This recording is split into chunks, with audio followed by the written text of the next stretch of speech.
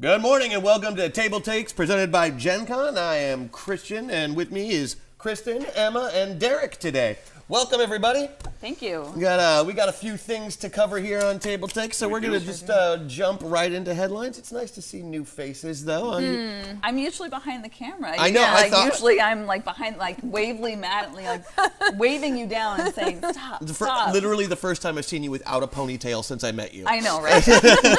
This is your special moment. You're plucked from behind the camera onto screen. You're what we call camera ready, and it's fantastic. How's everybody else doing? Good. Good. All right, we'll jump right into headlines, and the first one today is mine. So, there is a new faction coming out for WARMACHINE and HORDES for both games, and it's the same faction. It is the Infernals. It is the full set is a 35-point army consisting entirely of cool-looking devil-type creatures, warriors with that evil theme to them, a big demon guy. It's from WARMACHINE, so of course the sculpts are going to be beautiful. Yeah. They always are. They always are. Yeah. But apparently this is some faction like coming from hell to like claim the debt humanity like got into. I think to get the magic that released humanity from whatever oppression it was in, they had to make a deal with like the infernal creatures way back. You got to make a deal with the devil. Yep. Yeah. or with the army of devils. And now they have shown up to claim that debt, and I suspect humanity is not so keen on that. Is this a No. retcon, or was this in the original? So we're lore? sure they're not a new heroic faction that's going to help out the good guys. It's all about perspective. Oh, look Yeah, at that. yeah. Infernals. Yeah, I suppose that could be considered bad. Yeah. However, they've got the full 35-piece set going for about $200. Yep, there's like the starting army box you can get if you just want kind of a pretty much ready-to-go thing. It's the $200 box. But there's also several individual figures that are going to be selling by themselves, and so these guys are supposed to. They want to reap the souls of 2/3 of humanity.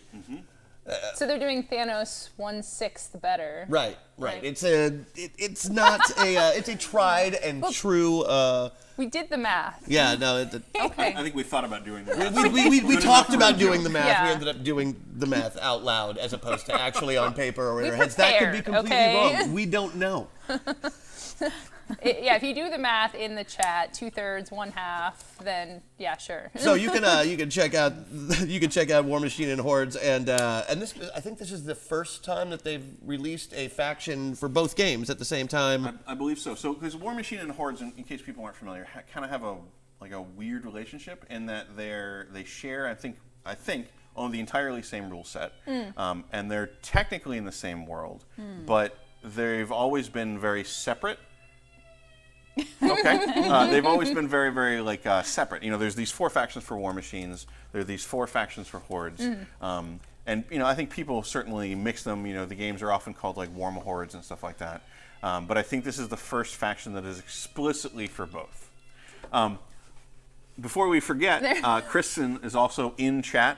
Ooh. This is the first time that we've actually started to have us in chat during the stream. Yeah, so you can see what you're saying. Yep. If anybody has any questions about a particular topic while we're on it, post it and tag Gen Con so we can try to answer it directly. Yeah, absolutely. Yeah, I'm already up in here. I like how you're pretending to type as you explain. Also, when she's looking over You here, could she's easily play a hacker she's in a paying movie. attention. She's not watching Pokemon right now. I was a minute ago. I was so hoping she would do that the whole show. So this is supposed to come out? This is supposed to come out in June, right? Is that right? I think it was like a July. I mean, some of the things are going to be released. I think a little bit staggered, but basically midsummer. Yeah, all before Gen Con, I think is the idea. And that's always a good business strategy if you're in the gaming business. Well, especially for minis, if you want to bring that army to Gen Con, Yeah. you need time to assemble it and paint it and figure out how the hell it works. Right, Right, because right. these are unpainted figures. That's my pet peeve because I don't like to do things. Well, wait, but some people really love to paint minis. Yes, they do. And that's who I give my minis to when I want them painted. Yeah. So I have to say, I did not expect to like painting minis at all. And that's what I did is I was like, Nellie, make You're this right. army look awesome. And she did. and she was like, I really want you to try painting, and I was like, no, I'll hate it. I really. Yeah. And It's like a then- relationship Yeah, conversation. I'm not worried that I'm gonna hate it. And then I'm worried I'm gonna love it. that's what ended up happening. I have to say, I thought that I would not like painting, and my minis are still sitting in a box waiting to be painted. They were assembled. So you don't like painting. I don't So- know yet because I haven't gotten that far. It's just You a don't big, like thinking about it's having to just a paint. big commitment. Yeah. So you can get this starting in June, this giant army of devils. Speaking of devils, thank you, Mike. Yes. We're going to turn things over to Kristen for a minute. Yeah, so Steamforged actually is doing a Devil May Cry board game, which is super interesting because I know you're laughing, right? can't help it. So He's just so proud. Devil May Cry is a hack and slash video game series. If you don't know about it, it's your typical anime video game experience, I guess, where Typical anime Yeah. video game well, experience. so the hack and Almost the slash is archetype. that you essentially go through hordes of enemies with your magic attacks or your sword attacks or whatever your kind of attacks are for your character, and you get style points. right, Yes. swords and guns and magic. You get all- Exactly, for how cool you look Yeah. doing the thing. Yes. Right, so I'm really interested how Steamforged is going to convert style points. I Yeah. hope so bad that the box set, like deluxe, comes with like a vinyl trench coat you can wear with no shirt while you're Hopefully. playing. I hope so. Well, so Steamforged is no stranger to converting video games into board games. Actually, they have a couple award-winning games. They did. I have my notes here. Dark Souls. They converted Dark Souls into board game, and it's an amazing game, award-winning. Yeah. And so they're really good Well, at this. not They only know that, what but they're like doing. they've been bringing miniatures in for a lot of this because they Yeah. started out as a miniatures company, and one of the really striking parts of the Dark Souls board game were these gorgeous, huge, like weird warped creatures from Dark Souls that you would have to kind of fight in this like AI deck element. Sure. So Steamforged also, if you guys don't know, they do Guild Ball, which is hugely popular. And you might have heard of one of their upcoming products, which is Dungeons and Doggies. So basically they're taking D&D and making doggy miniatures for them, and that's coming out next month, I believe. So you can get your hands on that one soon. also- Devil May Cry is coming to Kickstarter. It'll feature characters throughout the series, so not just from Devil May Cry 5, but throughout the entire video game series, and plus new ones in there as It'll well. have Dante and that other guy. Dante All and the of other them. Dante. Other. That's I feel like that's how people refer to Bizarro. Sailor Moon when they don't know about Sailor Moon. They're like, all the Sailor Moons. There's Yeah, all of them. all of the Sailor Moons. One. But they also did the Resident Evil board game, and I think we talked not too long ago about the Ni no Kuni board game that they That's just right. announced too. Yeah. That's right. So they're definitely going all in on the bringing the kind of the video games we love to the tabletop. Yeah. And the timing is cool and pretty relevant too, because Devil May Cry 5 just came out Dropped last 2 weeks month. ago, yeah, right? Yeah, yeah. So, and because a lot of these games, it's like, we have nostalgia for the games that Sure. have been created, but this is very on point. Like I have the not fact been that able to they're- bring myself to play that game, even though I buy like every game as soon as it comes out. There- I just For don't know reasons. if I can do it again. I've done Devil May Cry like 3 times now, all the way through. It's the same game Yeah, but every time. But more more stylish. style. Oh sure, yeah, jumpy, flippy, shooty, I think slashy. I think I did 3 and maybe like a teeny bit of 2. Did you do And I'm that just reboot bad. one with? Wasn't? Oh no, 4. Wasn't that 4? I 4 think was it the was. reboot. Yeah. I think. I played it and I'm like, this guy looks different, but it's supposed to be the same guy. But they're in a tentacle sphere now. I watched the trailer because they're in there and they're fighting things, and then someone is dying and someone is sad. You just described almost everything I've ever seen, except for the words tentacle sphere, which only describes 5 of the things that I've seen.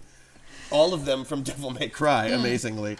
I think one of the interesting things about this Kickstarter too is that I believe it's launching with a downloadable rulebook plus playthrough videos. So by the time you back, you'll know what it's about. Yeah. You'll know exactly how it's played. So Steamforged has got it going on. They're Well, ready. I think that's really important when you're launching a Kickstarter now is you can't just launch and be like, hey, I'd like to make a board game. Yeah. You really have to be like, I would like to publish this board game I have made. Right. Here are the details for Totally. it. Because people really want to see that before they put their money into it. Absolutely. Which is selfish. Really.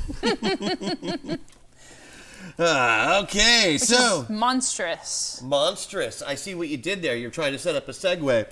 Speaking of Emma talking, We miss you, Mike. we really do. I almost couldn't help myself. So, Monsterpocalypse. Let's talk Monsterpocalypse. They've started over again in the last couple of years, and they are putting out their first new faction, which I can't believe wasn't part of the game before. It is the Simian Army, which, of course, in a game where you have giant monsters fight other giant monsters, it seems just crazy to not have giant apes involved from the very get-go. Absolutely. Well, maybe they had to figure out how to make it non-infringing. Well, Not infringing. I think their decision was to call it King Kondo. No. That's never been an issue when giant apes are pretty much public domain. In fact, Marvel and DC Comics both had to put bans on putting gorilla characters on the covers of their magazines because they sold so much better than regular comic books. If you put a gorilla on the front, Really? they had to ban their artists from doing covers more than once a month with a. But that's with a great. gorilla Then on the just picture. That's how everything- the popularity of Put a gorilla on talking it. and or giant gorillas since the advent of King Kong. So what you're telling me is King Kondo might spark joy? Indeed, Whoa. it might. Yes. King Kondo. So the weird thing that always struck me about the Monsterpocalypse game, because it's a miniatures game where you are playing giant monsters battling each other. Complete with buildings. Yeah, well, that was the crazy thing. That, like when it came out, originally, and when it came out again, you also have to bring the skyscrapers that your monsters are gonna destroy, because BYOS. it wouldn't Yeah. make any sense to have King Kong versus giant robot versus giant space crab, and not have Some sort of a destruction. skyscraper that somebody can destroy or pick up Right. and spear somebody Well, else I with. would like to Yeah. see if the Simian Army comes with a large tower skyscraper and a little white lady to climb up with it. You know what I would love actually for Monsterpocalypse is a One Punch Man expansion. Oh, man, that would be Yeah. so Either that would be great or just make it really You, boring. you want to be the army that has one figure? one figure, just One figure, one roll. guy, and he's like little, this big. a little bald, unpainted mini. Yes. Sounds great. Sounds like It'd be me. very meta. All right, so So Derek, that's coming out chat in June, says July your as well. joke was terrible. yeah, that is going to be That coming out. was the point. How So is- thank you. And then the last question: how is Monsterpocalypse doing right now? I mean, I know it hasn't. Seems to be very, very, very strong. Because both Monsterpocalypse and Warmachine and Hordes are from Privateer, Right. Who's local. We And love those guys. I was actually talking to one of them the other day, and he mentioned that Monsterpocalypse is doing very, very strongly. Nice. Which makes sense if they're going to be releasing a new faction as well. Yeah. So it'll be really interesting to see what kind of reaction and players it has at Gen Con, because that's usually how I gauge stuff, just because since I'm going through events, that's my gauge of how well things are kind of doing broadly, because I'm not personally playing Monsterpocalypse, but I can kind of see how far it's gotten by the volume of events and who's playing and stuff like that. So it seems like it's doing very strongly. Good. Well, the interesting thing is you can't always judge, cons are great, but for your local game store, don't think I've really seen, we've sold it at Mox, I haven't seen it being played as much, but that doesn't mean it's not being played. A lot of these slightly smaller minis games aren't necessarily, they're not coming to the tables in the local game store, but it could still have a very robust Well, community. especially at a place like Mox where you kind of just check a game out and, Yeah. and stuff like that. That's where you play games more like Settlers of Catan, for example. Speaking of Settlers of Catan, Yeah, Emma. so Settlers of Catan is pretty much everywhere. They have, in addition to the millions upon millions of actual physical tabletop games, they have it on iOS, Xbox, Mac. They even have a VR version that came out recently on Oculus and kills me the inside. Gear, I believe. You can always play Catan wherever you go. Yeah, but wait. You literally can't get away from it anymore. There's more. What? Catan, and we actually mentioned this, it's not that much of a spoiler, but it's coming to Switch. They just announced the launch date for that is going to be June 20th. Ooh, So right now before you're the first going day to of summer, so instead of going outside and going to the beach, you can Yeah. play Switch. At this point, I kind of feel like the only place that you can't play Catan is on like that little screen on the back of the seats of airplanes. But wait for it. I mean, they're going to get in there. Asmodee. Get on that. Free marketing right there. United wants you. Where's it, Delta? Yes. Yes. Yes. Although one of now each. that I think about it, Both. it would be pretty crazy to basically just have each row playing its own game of Catan. Yeah, just Oh man, the idea of that is sucking the life out of me. You're welcome. Speaking of sucking the life out of people, Derek, Yes. tell me more about this. Vampire the Masquerade, Blood Feud. Yes, so a new mega game was just announced for Vampire the Masquerade. So, if people have been paying attention, Paradox got the license to the World of Darkness. And one of the things that they wanted to do with that was to license it out and have more games playing in that world.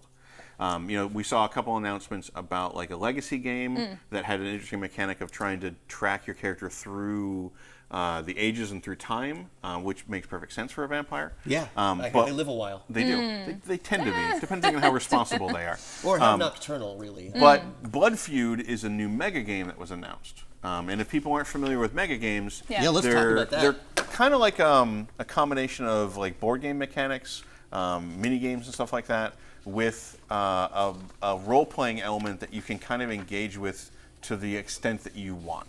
So like a classic mega game might be, we're all world leaders in World War II when aliens invade. And, we're all different specific humans like through history or through World War II, like world leaders, but then other players are playing the aliens, and then there's also like a storyteller or usually like a squad of support staff who help disseminate information, who help random events happen, kind of to keep the game rolling smoothly. So it's a really interesting thing, and a lot of the mega games are like lots of players.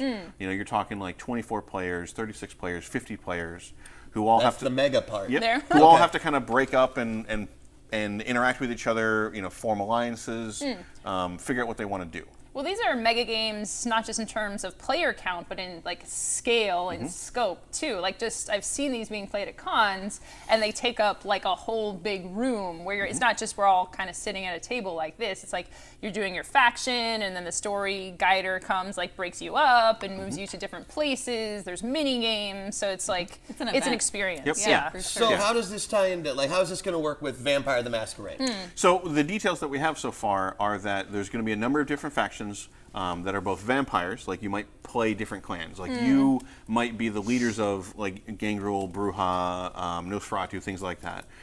But then also mortal factions that are presumably fighting against the vampire. There's the Second Inquisition. There's hunter organizations. There's The Mormons. the Arcanum, stuff like that. Possibly the Mormon Church. We'll see whether they got the rights to include that or not. But so you'll licensing fees are presumably absurd. you'll pick these different factions and then ally with each other or be antagonistic or whatever. But the presumption is that as a mega game, you're going to kind of sprawl out to fill the larger area with those different mini games. But is there like a fangirl faction among the mortals who want to become the vampires? I certainly hope so. Whose whole point those is would be like, called blood dolls. Really? Oh, okay. What do you call the male ones? Are they also blood dolls, or are they blood action figures? When you become a vampire, you no longer care. Oh, man. So, the interesting thing with regards to a mega game that I found here is that they did mention that it goes from 4 to 32 players, which for a mega game to have that few players seems really intriguing to me.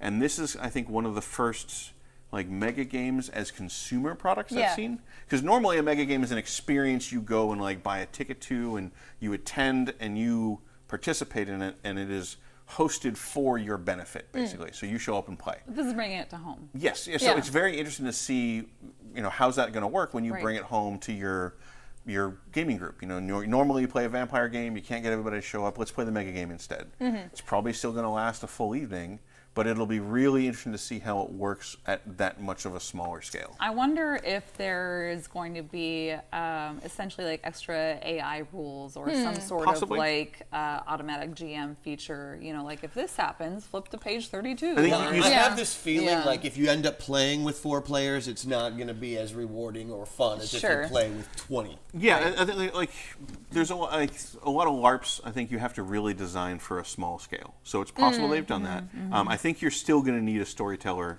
no matter how many few players you have. But I think what they might just end up doing is you have factions that aren't used at smaller scales, or it may just be that if you're at 4 players, then there's 1 mortal and 3 vampires. And that poor mortal is just he's having a bad day. But that mortal might just represent all the mortal factions or things like that. Because it may also not be a thing where you're playing a particular character. It may be that you kind of rotate through. We don't know. There's a lot of possibilities that they could do with Vampire. I'm just really intrigued that they're bringing the mega game stuff to this much more consumer package. I'm curious. Oh, sorry, Emma. Go ahead. Oh, I was going to say it's a hook too. Even if the 4-player experience, like it's good but not as good.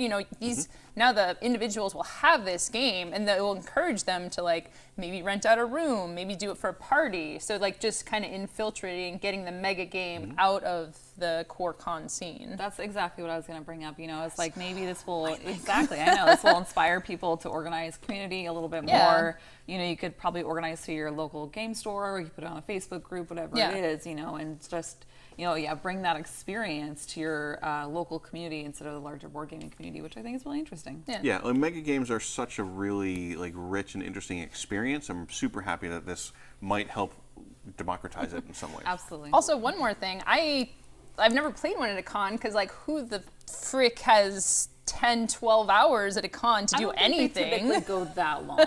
I've seen them. Some the some will do. generational It ones. varies. Yeah, even 4 hours. Sure, I don't have 4 hours at a con That's a long time. to do something. So if it can come to me, if I can do that here in Seattle, Plan a day. I think people plan a day. Where do you Yeah. buy this? there. It's going to be on Kickstarter in June.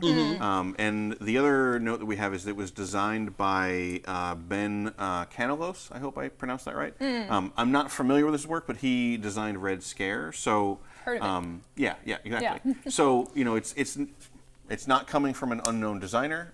Should be coming to Kickstarter in June. So we should have plenty more details to go over at that point. Nice. My next question about it is: are there cards and things like that? There's physical props that you use in the game, Yeah. tokens or Well, so dice or yeah, something? we don't know what this will be, but Right. different mega games have different elements, and I've definitely have some experience with mega games that kind of come from a LARP tradition. I've run a number of games from Jason Morningstar, who is one of the designers of Fiasco, and he had a really, really awesome, I guess for lack of a better term, mega game, because it was a LARP. People were specific characters, but it also had effectively oversized cards, and you had a physical map you would tape down on the floor, and where you were standing is where you are. That would help me so much because I go to cons and I accidentally wander into LARPs all the time. And I never know where Yeah. I am, and Just people are here's looking your at me like card. I'm food. And yeah, if they had cards or something, it'd be like, okay, this they're is playing you. a game. They're not just poorly dressed. Great. Derek, really quick, chat would like to know what's the difference between a mega game and a LARP specifically. So it's a little bit nebulous because I think it's going to vary from person to person and event to event. But I think kind of a general rule of thumb is that the difference is the prominence of the game mechanics outside of character traits is how I would phrase it. In that, like a LARP, you'll have your character. It'll be like an RPG where you get up, you kind of interact with people. There's an element of trust where a lot of the role playing will happen outside of the supervision of a GM. So players have to kind of be comfortable winging it with each other because a GM can't be everywhere, especially for larger LARPs. And a lot of larger LARPs will have multiple storylines where, if we were all at a LARP, I might have a storyline with Emma and Kristen, but I'm not directly tied to your story, and your story ties to her. There's a lot of interesting kind of interweaving elements. Interesting. But the kind of key is very much it's character focused, it's your character, or it's a specific scenario. Where I think that the line kind of blurs a little bit and gets in a mega game is where it drifts away from character to maybe emphasize faction or nation or something else a little bit, but also specifically you have some other mechanical elements that exist outside of your character traits. Well, and winning and losing. Yes. Like usually in the mega game, like a LARP, you don't really win. I haven't actually done one. I really want to. Yeah. But You don't win. nobody wins. Nobody Everyone wins. loses. But in a mega Everybody game, wins. there's Everybody wins It's if more it's a good game. That's for sure. game Yep. like. So a lot of times mega games are more like simulationist. They're more, we're going to put this scenario together and figure out which side wins. Like again, it could just be, we're going to do World War II. Who's going to win if we kind of set up this scenario? Or The it's- Allied forces. Well, There. I read Man. that book. No, the aliens. Weren't there aliens? Yep, aliens. But Yeah. like I guess another kind of way is a LARP is, you know, for a very rough analogy, a LARP is we're playing D&D, but we're standing up and talking, and it's almost as much or more about our interaction than it is about our stats. Whereas a mega game is that plus a game of diplomacy or risk happening at the same time. Does that make sense? So it's like playing one of the more important characters in a LARP, where you have to worry about your whole clan and your Yeah. whole city and all that. It's Yep. But you might have like a Not a a pleb. board of territory that you're kind of taking over in very distinct phases. You know, a lot of times mega games will have more of a mechanical structure of like, you know, okay, we need to pause now for the strategy round, or we need to do something else to kind of track the external elements. Okay. Thank you, Derek. That certainly makes a lot of sense. Yep. Which brings us to bundles. That's great. Bundles. Bundles. Which are me today, because today the bundles are exciting for me. And so I'm just going to talk about these bundles for just a second, guys. I'm sorry, but it's riffs. And I love riffs. It's well known among the people that associate with me people. that I don't shut up about riffs on the regular. This week we've got a special starter bundle for Riffs, which is kind of cool. It comes with the Ultimate Edition of the Riffs game, along with Sourcebook 1. If you buy the bonus, you get the GM's Guide, a book of magic, and a GM kit to go with it. Wait. Pitch me riffs, okay? Yeah, exactly. I'm I'm not in that universe. Sorry. All right. Christian. we did discuss it. So, but imagine that I know nothing. Okay, so what's your favorite genre? Science fiction. Great, we've got that. What else you like? Post-apocalyptic. Got that too. Fantasy. It's there. Fantasy, like comics. Riffs is great because it's comic books. yeah, it's like magic has come back to the world. It's post-apocalyptic, so society is kind of reforming itself. There's all these great evil, villainous factions, a whole group of like evil wizards that summons demons that control half the country. Nice. Another group of basically Nazis that complete with like scary skull uniforms. And they have better technology than everybody. And their whole thing is, hey, since the world is all messed up, it must be the fault of anything non-human. And of course, there's these rifts, which are Makes sense. nexus points of these ley lines that open up gates to other dimensions, worlds. So everything exists in rifts. So the- Superheroes, dragons, Yep. robots. It's got everything in a very over-the-top. The setting itself is super great. The way that I've always described it is just take like a 14-year-old boy and crack his head open on the table, and everything that spills out is in the game. So like, you want to play a dragon? Sure. You want to play a cyborg? Sure. You want to play a cyborg dragon in a robot body with like a laser head? Yep. Okay, that's reasonable. You want to play a godling porn star assassin? Done. Or do you want to play a homeless guy with a revolver that's rusted shut? Yeah, that's fine too. Also in the book. Wow. Okay. So it's got a little bit of everything for everyone. The problem is, over the years, balance has been an issue since they keep adding I think things. from day one. The game is the game From the itself is a beginning. little harder to play and very, very difficult to run. I am the first to admit that. But Savage Worlds did a great. It is a particular flavor. Yeah, it is. But Savage Worlds made a very, very playable version of the same game, and it's awesome. You should get it. The second bundle also has to do with Rifts because it takes place in the Rifts universe, but it is the Phase World. The Phase World. Yeah. So Phase World was what they did to Rifts when it oh no, that's too weird for Rifts. That's basically, it was their first dimensional book. It dealt with space travel, cosmic heroes and villains, which Rifts didn't really deal with because they had a space thing. But if you go to Phase World, you can do all this cool, very, Silver Surfer-y kind Very of stuff. Captain Marvel kind of. Yeah. You're a superhero flying through the galaxy, fighting Punching aliens. spaceships. Yep. There's definitely spaceship punching. There is spaceship punching. Excellent. So what comes with that is obviously the Phase World book itself, the I source remember when book. that came out. Oh, me too. Me too. I was just like, oh, my GM will never let me use that.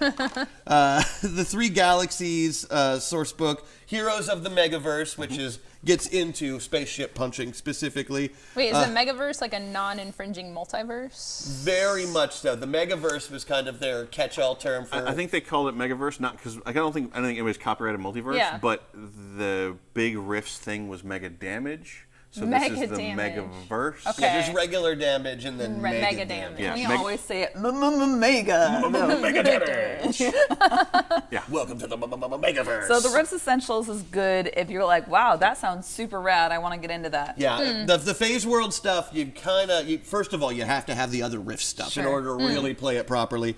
And it's a whole completely different setting that's not exactly Phase on World Rift. is definitely cosmic superhero stuff. So if you like Green Lantern, if you like Captain Marvel, if you like that kind of thing, Make a that's Phase what you're World getting. character and take it to Rift's Earth so you can have fun playing the game. Sweet. So both of these are on Bundle of Holding, by the way. Bundle of Holding, yes, I was going to get to that. And then, of course, it comes with a Megaverse Builder, Naruni Wave 2, a source book called Scrapers, which is not spelled correctly, and 3 issues of The Rifter, which is their With a their K? semi-quarterly There's a Y in there magazine somewhere. that adds new stuff to it. It's a good bundle. It's a very good bundle. The Essentials bundle is the same bundle they had in 2017, though. So Right. if anybody happens to have already picked that one up, It's you the don't same need it thing. again. You can just go straight into Phase World. Cool. But if you're like me and you're like, whoa, I could be a robot. I can be in this Punch Dragons and Punch interact with- Dragons. All right, then like this Yeah. is the bundle for you. Go check it out. It's only $20 right now. Do you want to know how cool these robots are? Okay. So, ready? One of the robots you could play in the core book, one of the robot pilots, was a Glitter Boy pilot. You know why it's a Glitter Boy? Because the armor was mirrored so that lasers would bounce off. That's definitely And not only, right. ready? He's got a gun that's bigger than he is, that's so powerful, he has to stand on like 6-foot platform heels because laser drills exist in the heels that every That time he shoot down fires to the the gun, they immediately shoot down into the bedrock to secure him there and then retract. But what about your like you know what? Forget it. There. Sure. So disco ball. The boom gun is awesome. You Shooting always shoot at the Glitter- glitter. Always glitter shoot boy. at the Is it glitter boy BOI? first. Take that glitter boy The down. Glitter He's going to Boy. be nothing All but right. trouble for you. I'm in. That's what I'm going to play. Glitter Boy. Boy. I'm in. Nice. Really? I might have a spot open. There. All right, let's do it. Yeah. Glittered up. Which brings us all the way to Kickstarters. We are back home. Our new Kickstarter queen, Derek. I'll be your Kickstarter queen.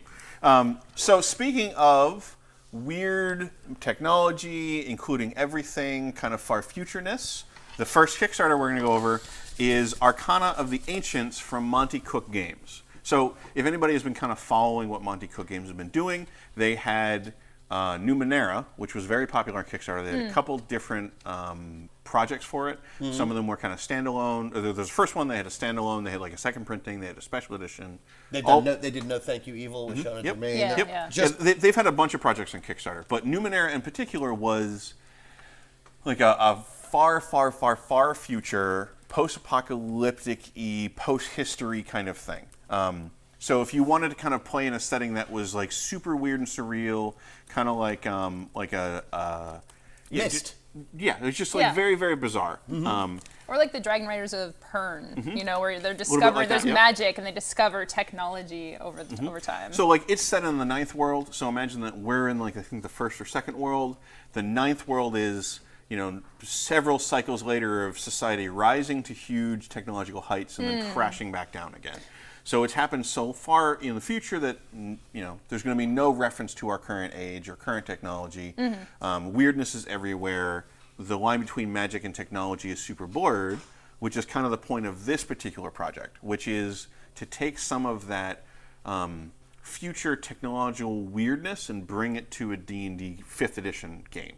So if anybody has played like Expedition to the Barrier Peaks, where it's a fantasy adventure, you have No spoilers. your adventure, your fantasy party, but you end up encountering like weird space technology. And the Arcana of the Ancients is supposed to bring some of that weird technology from Numenera into your D&D 5th game. And then further, one of the things that they funded here, because they funded like the basic book on how to do it, They funded a book of monsters. They funded some adventures, but they also funded a full adaptation of the Numenera setting to D&D 5th edition. So if you've been wanting to get into Numenera, but Don't wanna didn't learn a want new to learn a system. new system, There. then this is how you do it. Interesting. And there's only a Interesting. couple hours left on that project. So it ends today. So go take a look at it. Maybe buy it. Who knows? Well, there's something cool that Maybe. we're seeing with a lot of these, because people, there's a huge influx of different RPG systems, indie RPGs, bigger RPGs. But I started playing a new game with my friends who do all sorts of indie stuff, but we're playing D&D. Like a lot of people keep coming back. Right. So making this like, hey, cool new setting, new world, new science stuff. Don't worry about the rules. Yeah, now we're Yeah. bringing it back. So like, Yeah. you can do that or just have a little bit of each, Sure. have it in your D&D game. It is nice to not have to learn a new rule set, but sometimes I have to say it is way more fun to just learn the new rules. Yeah. I'm definitely one of those people who likes to kind of learn a game like on its own. It depends on the kind of game we're going to play, because I Yeah. think D&D is very good at like its thing, and sometimes I like to deviate beyond that. But what I'm really excited about is just the ability to bring some of that weirdness into whatever other game I'm running. Yeah, Because yeah. again, like I run D&D for kids every Wednesday, and right now we're running through Eberron. And Eberron, has a higher technological level than most D&D games. So I imagine that a lot of these things here will be stuff that I can pull into that Eberron game Nice. as, weird magic technology, or stuff that's happened in the Mournlands where, technology and magic and monsters have all kind of merged together into some weird, horrific thing. Techno magic monster. I mean, isn't that? Well, what's the game I always forget the name of? Help me out here. Oh yeah, that one. It's the one is that that? everyone Monopoly. likes. No, stop it. It's with the magic and the technology. Is it and- magic? Magic? No, Mage? no. They have the First word. the Horns? They have horns? Yeah. Okay. Yes. On the poster, Horns on the poster. based here in Seattle. Oh my gosh. Is it a digital game? Oh, Shadowrun. Shadowrun. There Oh, I never, Wow. ever would I have gotten no. that. It's horns on the logo is what it is. 'Cause Oh, horns, yeah, yes. 'cause, yeah. There's Okay. horns? Yeah. I have to look at the logo The, now. the logo, Sorry. the logo is like a ram's skull. You two see right. each other too often now, Wow. I've decided, Yeah. because you shouldn't have been able to guess that from... She said it was set here. There- Magic and Okay, technology. she got to that though. Set here. I know, and that's the part that was the cool to me. And I'm like, Magic and game set in technology. Seattle, Vampire the Masquerade Bloodlines. Oh, Shadowrun. Speaking of Chat bizarre, got it before you did. Yeah, FYI. Well, they're a smart bunch. They are a smart bunch. I've met some of these folks, and yeah, they maybe are... they should be doing this No, because we are. Some of them They have- should be interpreting Some of them for have asked Kristen. me if they could, if anyone's The interested. Kristen interpretation, yeah. Yeah. Bizarre. Speaking of bizarre, Speaking of bizarre, the ultraviolet grasslands. I want to hear more about that, just because the name is stupid. Well, I mean, it's like I kinda cool like it. though. yeah, so do Yeah. I. So it's you're the outlier here. I'm sorry. No. I meant stupid in a good way. It's though. like dorky cool. yeah, the- yeah. I think the way that I would describe the ultraviolet. call me. So ultraviolet grasslands is another like weird kind of post-apocalyptic setting-ish thing. But imagine if you wanted to play the RPG of a road trip set in a mix of heavy metal, the movie, with a bunch of like weird French sci-fi comics, like comic books and whatnot. That's kind of what ultraviolet grasslands is. So And it this comes- is like French hipster. sci-fi comics. This is like ultra hipster. Sure. So like you've got like they've got this really cool like fold-out map that I believe you start kind of in a weird civilization and you travel through these branching paths to go to this city on the edge of the world. It's literally on the edge of the world, and I think history is about to end, and there's some weirdness about like why are you adventuring and what are you doing, and Yeah. you meet some people who are made of porcelain, and you meet some like the Kingdom of Cats or the Forest of Do you Mead. need to bring a towel? There. Well, yeah, exactly, right? Cats? Yes. Yep. I think Ooh, it's a tell me whole more. kingdom where like all the people are actually cats, like psychically controlling bodies. Yeah, they're like mind control cats. Yeah. So Ultraviolet grasslands, I'm Yep. in. All It's hard right. to say it, though. Ultraviolet, I want to say glasslands. Yeah, I that's keep wanting to say the grasslands. Yeah, the ultraviolet, Gaslands. Or ultraviolet ultraviolent. grasslands. See, that's the part of the name that I have a problem with. It's Yeah. hard to say. It doesn't roll off the tongue. UVG. Yep.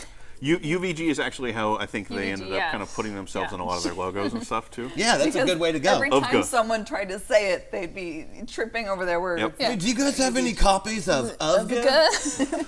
Yeah, so it looks really, really neat for people who want, like, again, probably not an indefinitely running campaign, but we want to take a road trip break from our D&D campaign Yeah. or whatever else campaign and just go a little bit weirder with the stuff. Let's again, go a little bit weirder. Yeah, I'm let's into get it. weird. I turn love up this. the weirdness a little I bit. love this. And looking at it, it looks like a combination between like role playing, fiction, and art because they really emphasized all the cool art pieces in there. So it's like an art book that you can read but also play. It's the kind of thing where I could say like I could see this as like a weird novel, like novella thing too, but it has the role playing element, which is cool. Yeah, really, really neat stuff. There's a day left on that. So if any of that sounded it. interesting, or if you've ever like read, heavy metal or Or a lot of French comics. nickel There. pole, So, stuff like that. Elric Valerian, the Inkhole, is Yep. what chat has Yep. been saying for French comics. Oh, nice. Inkel's really good stuff too. Sweet. Okay. So the next Kickstarter project I wanted to go over is called An Inner Darkness, and it's a collection of adventures for Call of Cthulhu 7th Edition. But not just adventures, but like heavy adventures, like adventures that are about something. They take like a historical element, they add some Cthulhu mythos to it, and then it explores things like racism, bigotry, violence between people, but not But in a not the way broad that sense. Lovecraft would have done it. Absolutely not the way Lovecraft would have done Yeah. it. But in a more like, I think one of them is about the complicity in racism that like liberal white people kind of express. So I don't know any of those. I think so. The trying to like give a little bit of a space to explore or play around with that. Some of the authors are folks of color. So to me, I just think that Lovecraft, horror games in general, but Lovecraftian Cthulhu mythos in specific, is a really great way to kind of explore some of the darker sides of humanity itself. Get people to think. Yep, Yeah, yep. absolutely. So, if you wanted a Cthulhu adventure that is more than, there's a monster and you probably need to get some dynamite and not look at it, this seems like a collection of adventures to really check out. And the production team have done a number of other Kickstarters for other Cthulhu adventures that all have a theme or a focus. So it's really exciting to see this one. I can't believe that Call of Cthulhu is in its 7th edition. It's so popular at Gen Con. Yeah. Yeah, no, popular. I've seen Yeah. it, and I've got a couple of the editions of the game itself, but 7? Yeah. The 7th edition was huge on Kickstarter, and after that project and some challenges from that project, I believe that a lot of the original Chaosium creators and owners are back in charge of Chaosium now. Nice. So the past several years of Chaosium have kind of been a little bit of a renaissance for the game, like getting back into stuff. It's been really exciting. And I would say, if nothing else, go check out the Kickstarter page, because I checked it out to learn for the show, but got into the weeds of all these actual historical events they were tapping into, stuff I didn't know had happened. So I think that's kind of a cool thing. Like we had talked about Rosenstrasse, the game The Night Witches. I think just the fact that these games can surface some of these historical things that aren't as popular, I guess, Well, not it's because as it's not just like typical power fantasy gaming. You Right. know, it's Right. yeah. it's you're telling a story, you're playing a character that is Right. human and going through actual things that we have to deal with, which is why a lot of people play games, is to get away Yeah. from those horrible things in Yeah. our real lives. Yeah, it's not going to be a game for everybody, but I personally just really love the idea of using role-playing games to actually explore These concepts. like little bits of history Yeah. or bits of ideas that you 100%. don't normally engage with. Yes, I do too, and I think this is a great game for it, but I think it can be done with just about any game in any system. You just have to be willing to tell a smaller story in a big world. Yep. Yeah. Yep. So the next Kickstarter to go over is Valley of the Kings, and this is a card game from AEG. They do this. They do. I've heard of those. It came out, I think, like 2014. It's had a couple of expansions since then. And it's a deck builder kind of with a market, I think you were telling me about? Yeah, so the pyramid, the cards make a pyramid, so it's not like a cardboard. It's just like on the table Because it's of Valley cards. of the Kings of Egypt, Yeah. so you have pyramids. And the cards are coming out, and then the pyramid crumbles is the unique, so the cards are moving around in the market, which is a really cool mechanic. That sounds like something I'd like. Yeah. Yeah, so I think I played it once, and it was pretty clever. I just haven't had a chance to play again. But now they're coming out with a deluxe edition. So the cards are going to be bigger. They're going to be like tarot-sized. It comes with, I think, all the expansions. It comes with sleeves for all the cards. That's always nice. So if people have checked out Mystic Veil or Lovecraft Letter and seen the kind of a deluxe, the premium kind of expression that those games have gotten, it looks like they're bringing that to Valley of the Kings. I love the inclusion of sleeves, because like we get tarot sleeves, they're a little tricky to find. They're a little hard to come by. Yeah, so It might and be, you have to get, like, it might a be whole- worth it just to buy it for the sleeves if you need your tarot like, deck yeah. protected. Just Can you back for extra sleeves of that size? Yeah, there you go. The sleeves are always weird to me because I've always wondered why we don't just start printing plastic cards instead of sleeves. It's a weird thing. I'll go to Mox. and Paper I'll- lobbyists, man. There. Yeah, big paper. Big paper. Big card. Production costs, like it is ridiculously more expensive. Like printing paper Even is- to print the paper and the sleeve? Yeah, I would say Weird. like because they have the production for the sleeves, and there's some people don't like sleeves. Sure, It's yeah. bizarre to Well, me. yeah, People like- shuffling their Magic decks unsleeved. I'm like, oh, That's gosh. me. Like I'll go to Mox and I'll bring like my L5R or whatever deck and I'll just start shuffling and all the Mox people are like, gosh. what are you doing? It hurts me. I did that with my magic And then deck they have, like, a exactly one beer. time, and somebody's like, "Don't you ever do that in front of me again." They have I'm their like, beer sitting right Maybe there, this like isn't my game. sloshing, and you're like, Sorry. So anyways, it comes with sleeves so that we can play it and I won't hurt you in your heart. my heart, In your heart. in my heart. Don't hurt her in her Speaking heart. of things in your heart, Yes. Huh? the Yeah. next project is actually a really. We'll get there. There. The next project is. I'm sorry. Valley of the Kings has 4 days left. Yeah. So make sure to go check that out. But the other one, the next project is a really very small, very focused project for just dry erase game tokens. It's my Yeah. favorite one that we've got on the list today. I backed it Why? Tell me about the segue, though. I'm a little confused. because they're in my heart. see? Because They're- as they're a game close- they're close to designer, it saves. It's complicated. It was not good. But the key thing is she understood, and I thus get it was a success. All right. So these are just small wooden discs that are, I believe, an inch in diameter to kind of fit on like a standard role-playing game grid or something like that. And they've got 2 dry erase sides. And I guess he's been making them and selling them kind of like on an Etsy store. But he's probably just buying dry erase boards and like cutting circles out of them Yeah. and then Yeah. gluing them together and Yeah. selling Are them. are they circles or are they squares? They're or- circles. Oh, okay. So they're circles because it Circle gets put, tokens like, on the next to many. squares. And okay. his Kickstarter actually says he's just been making them by hand. Yeah. And his That's hand so is crimping cool. up.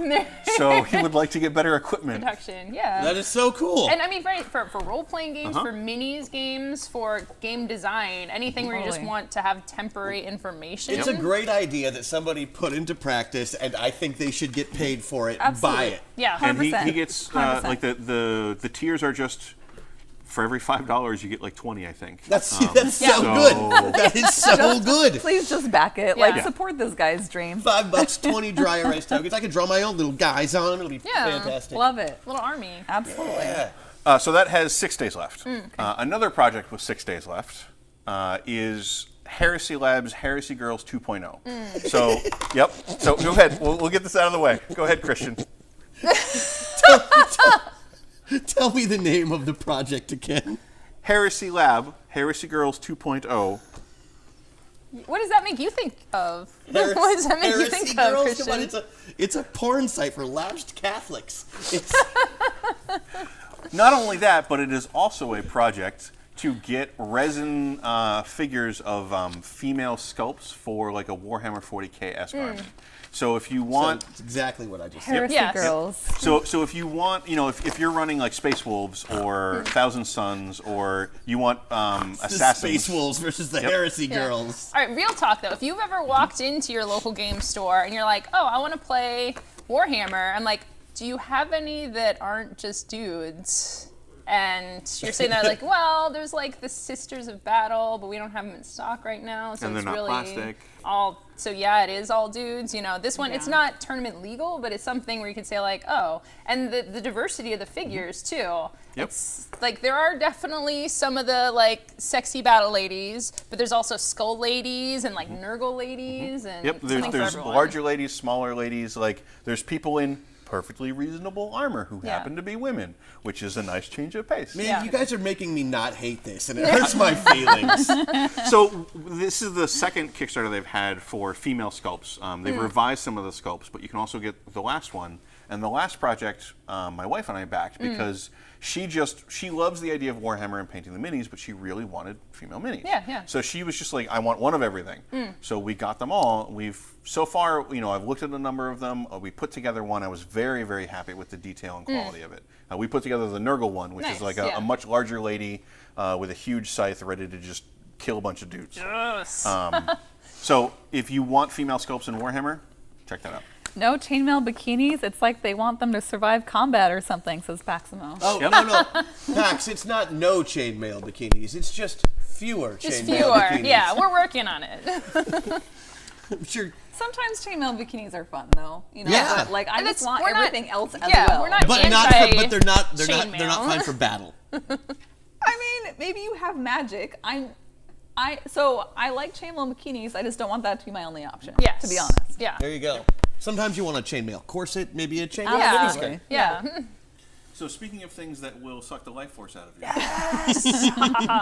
Hey, I used that one already. No, thinking of things that suck.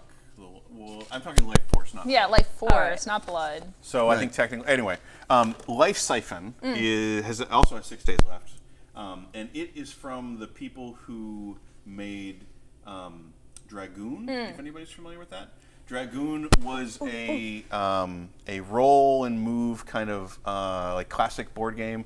That real distinguishing feature was cloth map and incredibly well designed metal pieces. Nice. Also, you play as a dragon who just sets everything on fire. Yep. It's take that dialed up Sold. to 11, which is Life siphon. Yeah, so Lay Waste Games has an amazing job of like the tactical feel of their game and the product of the game. So Life Siphon is like you are basically gifted this evil magic and only one of you can escape and you have to kind of reap everyone else to get out. But the thing that really stuck in my mind is you can only attack to your left. yes. So you have one. So if we're all playing, you can attack me, I can attack her, but that means that Christian is neither my enemy nor my victim. Sure. So like this really reminds me of the old Vampire: The Eternal Struggle or Jihad card game, which I loved, partly because it's not a free-for-all, so it automatically sets up these really interesting potential alliances. Because Christian automatically is happy if I'm doing better because it's hurting both of the people against him. Yeah. Sure. But even if it's only the three of us, there's going to be situations where my victim and I might want to ally against the person that we both have to deal with in another way. So it encourages these forging and breaking of alliances. Yeah. My victim This and I one- were talking the other day. This one, I have to give this a shout out. Such a weird 'cause sentence. I'm It is. good friends with the Lay Waste people, and I actually got to play this at Gamma, and it very much captured that experience with just. Lay Waste is really good at creating these mechanics that are interactive in a way it's a little disorienting for traditional gamers because like you're coming after me, it hurts, but it like hurts so good because it comes all the way back around. No, I'm not going to touch that. It comes all the way back around, and I had Back that to heresy, situation girl. where I was like, I had to use my last spell to save this person because the game would have ended, and they immediately killed me and won. So I would have had that spell to protect myself, but I didn't. So it really leans into that. So if that cutthroatness doesn't lure you in, I believe there's an add-on to get penguin minis for it, or penguin What? tokens. What? Yes. You should have I did opened not- with that. So Penguin mini? yeah, so like basically Seriously? it's very amusing that most of the Kickstarter design is like skulls, flames, Yeah. like your soul is being pulled out, and it's like also you can play with these penguins. I Oh my love gosh. that. Wait. Is that real or is that an April Fool's thing? I'm going with it better be real, guys. I just want Okay. more options where I could play these normal great games, but like in a cute way. I Yeah. was talking Yeah. to my boyfriend about this the other day. I'm like, I want this whole game experience, but instead I want to be able to play a magical girl. Yeah. in this game experience. Yeah. Like Have you just tried give me- Rifts? There, I'm just going to keep doing that. bring it back. Apparently, I need to try. I agree. Rifts is the new talisman. Where we're just gonna keep right. coming back to. Penguins love it. Maybe, if I have my way. So we have a couple more projects to get through. Another one with 7 days left. Yeah, what you going to talk about next, brother? WrestleNomicon! So this is a kind of card game, battle game from the folks who brought us such deep Lovecraftian Cthulhu things as like Delta Green. And instead, it is all the great old ones throwing down in the squared circle with ridiculous over-the-top moves. And it's, yeah. If you ever just wanted to, like, you like Cthulhu and you want to see him body slam Haster, here's how you do it. Use that madness tentacle drop. Yeah. So it's, I feel like, correct me if I'm wrong, Derek, but these folks did one of our slots last Gen Con to talk about their game on our studio stream. Is that right? Yep, because Okay, I do you think remember seeing the that? design team is Fire Opal, who also did Right. Yeah. That's right. That's right. 13th Age. 13th They Age. did Shadowrun Crossfire. And so Rob Heinzu, you know, because we have a number of friends in this project. Rob Heinzu, I think, did the design. Dennis Detwiller and Shane Ivey, who are both at Arc Dream, they are the ones who kind of came up with the idea and wrote all the ridiculous cards and things like that. So if you like your, I guess to counterbalance our really heavy Cthulhu adventures we had previously, if you want the lighter side of Cthulhu, then this is where you get it. So you can check That's out. what you were looking for. Absolutely, you can check out that game. So if you head over to Gen Con TV, or I'm sorry, that's our Twitch channel. Forget that. If you head over to Gen Con Video, youtube.com/Gen Con Video, and head over to the live stuff from last year's Gen Con, you'll find some nice. a nice, interesting. I think they do either a playthrough of the prototype they had then, or at least they talk about it. So if you're interested on it, or if you're interested about it, want to know a little bit more, head over to our YouTube channel, and you'll find some good information there. I think they have a full hour with it, basically. Yeah, absolutely. So you want to play a game with cute things in it? I sure do. All right. So how about a Papillon? Ooh, that It's means a butterfly placement game. Okay, I'm in. Yeah. You don't need to tell me anymore. Yeah. I'm done. So But you place them with straight pins. No, No? this is there's not. This It's isn't not like a collecting butterfly them? That would be a murder butterfly game. pinning game. Oh, okay. This is not butterfly murder. This is living butterflies happily playing in a garden. That you place them in. Yes. So in captivity, though. Well, no. I mean, you're just kind of like hurting them. You're like just You're hurting the butterflies? yeah, just Oh, go boy. in there, into the just garden. Just stay there for a little while. You are encouraging them to Encouraging go them. into the garden. You're, Okay. Yeah, you're Okay. like talking about replacing nice flowers that they like. The flowers are actually really cool. They're standees, but they're multi-dimensional. Oh, neat. So not just like this. They're like really cool flowers They that sit also on the board. Just barely touch the roots into the fourth dimension. Yes, many dimensions. And the butterflies are clips that you like clip onto the flowers. cute. And if you get the premium version, you get caterpillar meeples, like wooden caterpillar meeples, and That is cute. gnome meeples. Meeples. And the butterflies have Meeples? clips, so you could like put them on your hair if you wanted.